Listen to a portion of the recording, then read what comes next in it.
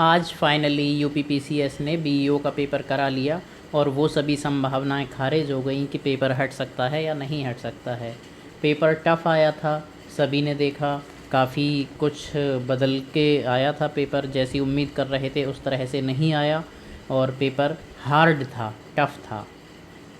क्योंकि इसमें कई चीज़ें हैं जिसकी वजह से ये पेपर टफ़ रहा। जो इसने चेंज किया है कि एक तो इसमें विज्ञान कम आई थी।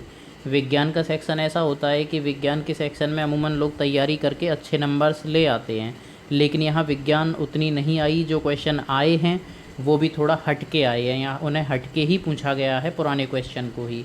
दूसरा, करेंट अफेयर इसने ज़्यादा नया नहीं पूछा।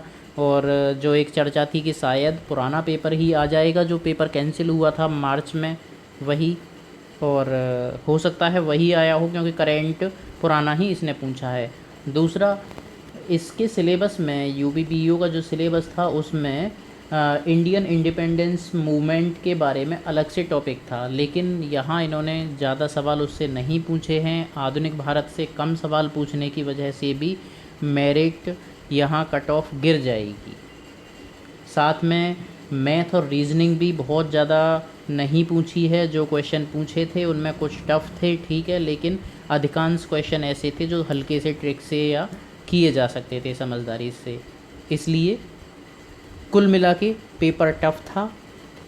जैसे मैथ रीजनिंग अगर किसी को आता है तो वो अच्छे से स्कोर कर सकता था, लेकिन इतना स्कोप ही नहीं छोड़ा उसने कि मैथ रीजनिंग वाले कोई अलग से बेनिफिट ले जाएं या विज्ञान वाला अलग से बेनिफिट ले जाए कि केवल विज्ञान और इतिहास और करंट पढ़ के आगे आ जाए। ऐसा कुछ नहीं, एक बेसिक तैयारी जिसने की थी उसे फ़ायदा मिला है। बाकी फ़ैक्ट बहुत ज़्यादा पूछे हैं, ऐसे फैक्ट पूछे हैं जो याद करने में समस्या तो खड़ी करते हैं। तो ठीक है, अब आते हैं कट ऑफ पर।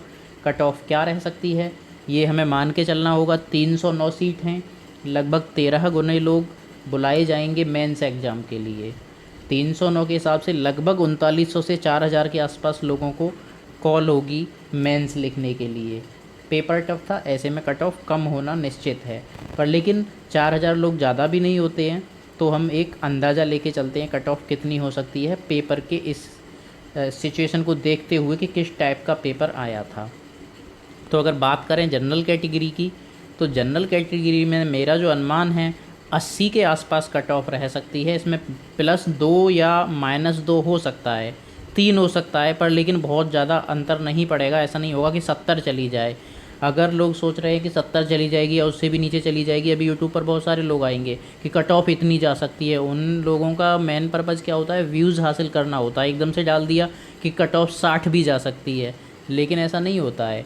हाँ, पेपर टफ था, कट ऑफ कम जाएगी, लेकिन इतनी भी कम नहीं जाएगी। अमूमन ऐसा माना जाता है कि एक पेपर 65% मार्क्स के आसपास अगर आते हैं इतने परसेंट में, तो आपका पेपर क्वालिफाई हो जाता है। तो इसमें जनरल कैटेगरी में लगभग 80 क्वेश्चन की बात कर रहे हैं हम। 80 क्वेश्चन जिसके ठीक हैं, +2 या -2 हो सकता है, +2 की जगह 3 भी हो सकता है, पर लेकिन बहुत अंतर नहीं पड़ेगा। तो जनरल कैटेगरी में इतनी कट ऑफ रह सकती है।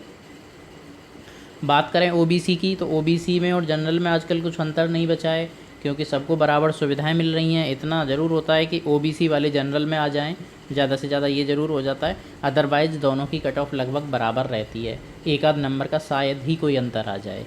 ओके, तो ओबीसी में भी यही कट ऑफ रह सकती है। बात करते हैं एससी में ज़रूर 4 से 6 नंबर तक का अंतर पड़ जाता है, जैसा पीसीएस में हमने पीछे भी देखा है। तो एससी की लगभग 76 नंबर पर कट ऑफ रह सकती है और इसमें +2 या -3 तक हो सकता है। एसटी में बात करें तो लगभग 74 या 73 जा सकती है कट ऑफ, +2 या -3 हो सकता है।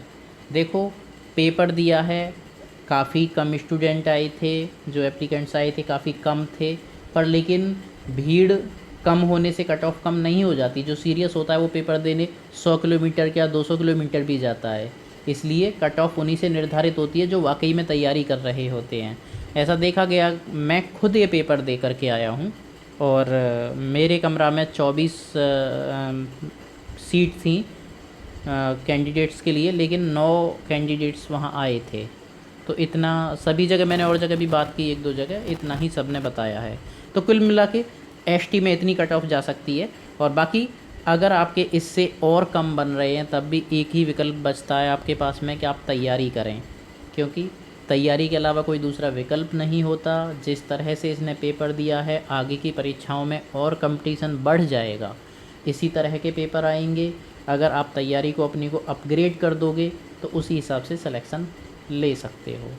तो बाकी ऐसा नहीं है कि मैंने जो बता दिया वही होगा, पर लेकिन एक अनुमान होता है कि हाँ अगर हम इसके आसपास आ रहे हैं तो थोड़ा ज़्यादा एनर्जी के साथ तैयारी पर लग जाते हैं, पर लेकिन कायदा ये कहता है कि हमें तैयारी करनी ही चाहिए।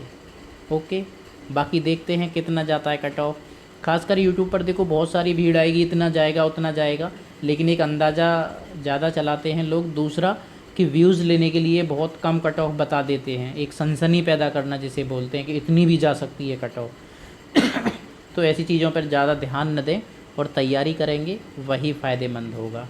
ओके, बाकी देखते हैं कितनी जाती है। बहुत जल्दी रिज़ल्ट आ जाएगा, मेरे हिसाब से 2 महीना से पहले रिज़ल्ट दे देगा ये। कैंडिडेट्स कम बैठे हैं और भी आसानी रहेगी, और मेंस ये टाइम पर कराएगा। अगर अच्छा स्कोर बन रहा है आपको मेंस पर लग जाना चाहिए।